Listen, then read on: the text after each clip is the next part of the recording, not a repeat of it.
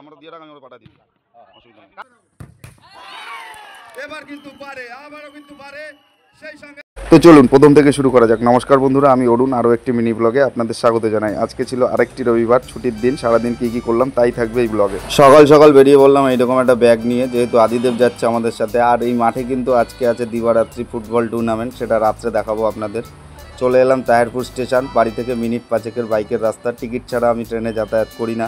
তো টিকিট কেটে কোথায় যাচ্ছি আজকে হচ্ছে কৃষ্ণনগরে আমাদের পিসিবাড়িতে আজকে আমাদের সপরিবারে নিমন্ত্রণ। সেই উদ্দেশ্যেই আমরা যাচ্ছি ট্রেনে। আর দাদা বৌদি কাকিমা ভাইজি ওরা সব গিয়েছিল টোটোতে। আর এখান থেকে কিন্তু আদিদেবের মামাবাড়িটা দেখা যায়। মিনিট 5-এর মধ্যে আমরা পৌঁছে গেলাম বাতকুল্লা অঞ্জনগড়েই আদিদেবের মামাবাড়ি।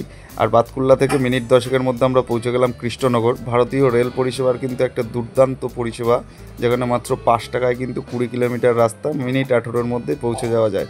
আর বর্তমানে কিন্তু Sealdah new Jalpaiguri road Humsafar express কিন্তু এই লাইন দিয়েই উত্তরবঙ্গে যায়। এটা নদিয়াবাসীর কাছে একটা দারুণ খবর।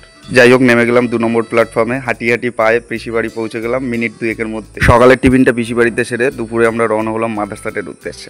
টোটো করে মিনিট 10-এ পৌঁছালাম মাদারসাট। আর আদিদেব এখানে ঘুমিয়ে পড়েছিল, মানে ঘুমিয়ে পড়া ভুল, ও একটু নিজেকে চার্জ করিয়ে নিচ্ছিল, তাই কাকিমার কোলে ওকে দিলাম।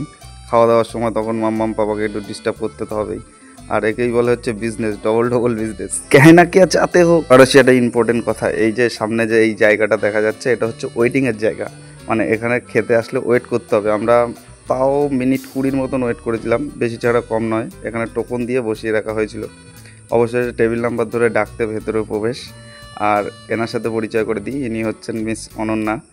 কেউ একজন এনার রাস্তা আটকেছিল, ইনি বলছিলেন যে আমি অনন্যা, আমি খাবার নিয়ে যাচ্ছি, আমার রাস্তা ছাড়ুন।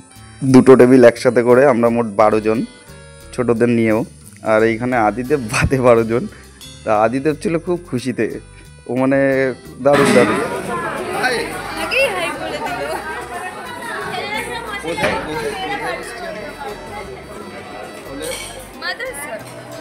মানে সর্বক্ষণ ওর চোখটা ছিল ওই রোবটের দিকেই।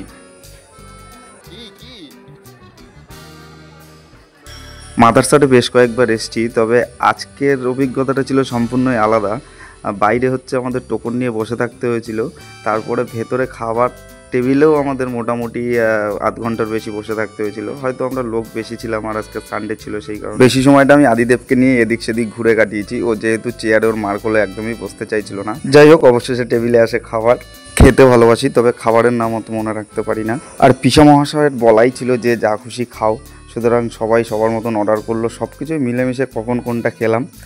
লাস্টে বিরিয়ানিটা, আমার মটন বিরিয়ানিটা বেশ ভালো লাগে, তাই মটন বিরিয়ানিটা আমি অর্ডার করলাম। আর একটা এক কথায় খাওয়া দাওয়াটা হয়েছিল একদম জমিয়ে, কোনো কমতি কিছুতে ছিল না। আর বিরিয়ানিটা খাওয়ার পরে আমার বেশি পেট ভরে যায়, মানে আর কোনো রকম জায়গা ছিল না পেটে। তবে খাওয়া দাওয়ার শেষে একটা আইসক্রিম হলে ওটা তখন বেশি হয় না, ওটা ঠিক চলেই যায়। সবশেষে এইরকম এসেছিল একটা ফর্দ।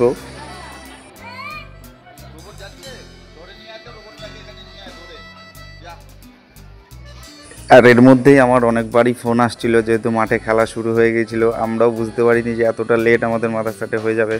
এরপর ফিরলাম পিসিবাড়িতে। আর এইদিকে ম্যাডাম তো কিছুই খাইতে পারে না। আর এদিকে বাড়িতে ঢুকেই আদিদেব একটু পিসির বাগান পরিচর্যায় লেগে গেল। আর ওনার সব কিছুর মধ্যে একটা আনন্দকে ঠিক খুঁজে নেয়, এটা হচ্ছে ছোট থেকে একটা স্পেশাল দিক। ও হচ্ছে পাপার গুড বয়।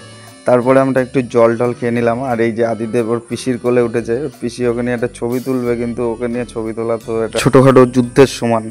সন্ধ্যা 7টায় আমরা পৌঁছালাম বাড়ি। আর ততক্ষণে প্রথম রাউন্ডের সব খেলাই শেষ হয়ে গেছিলো। দ্বিতীয় রাউন্ডের প্রথম খেলা থেকেই আমি ছিলাম। ছোটোবেলা থেকেই খেলাধুলার প্রতি একটা আলাদা ভালোবাসা ছিল। আর এই মাঠে প্রচুর খেলেছি ছোটোবেলায় আমরা, ক্রিকেট, ফুটবল, এমন একটা সময়। এই খেলা শেষ হওয়ার 5 মিনিট পরেই কিন্তু আমরা আমাদের চূড়ান্ত ফাইনাল খেলা শুরু করব। গোল, এইবার কিন্তু একটা দুর্দান্ত গোল, কিন্তু একটা গোল কিন্তু শোধ করলো গোলকিপার তুষার।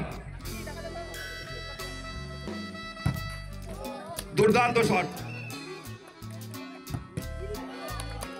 আবারও কিন্তু গোল হয়েছে। এটা খেলার ভিডিও অলরেডি ফেসবুকে পোস্ট করা আছে, যদি কারো মনে হয় গিয়ে দেখে আসতে পারেন। আজকের ভিডিওটা এই পর্যন্তই। ভালো লাগলে একটা লাইক করবেন, কমেন্ট করবেন।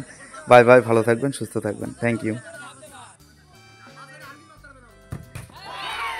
এবার কিন্তু পারে, আবারও কিন্তু পারে, সেই সঙ্গে কিন্তু খেলার সমাপ্তি ঘটলো এবং এই খেলায় কিন্তু আমরা কজন চ্যাম্পিয়ন হলো টাইব্রেকারের মাধ্যমে।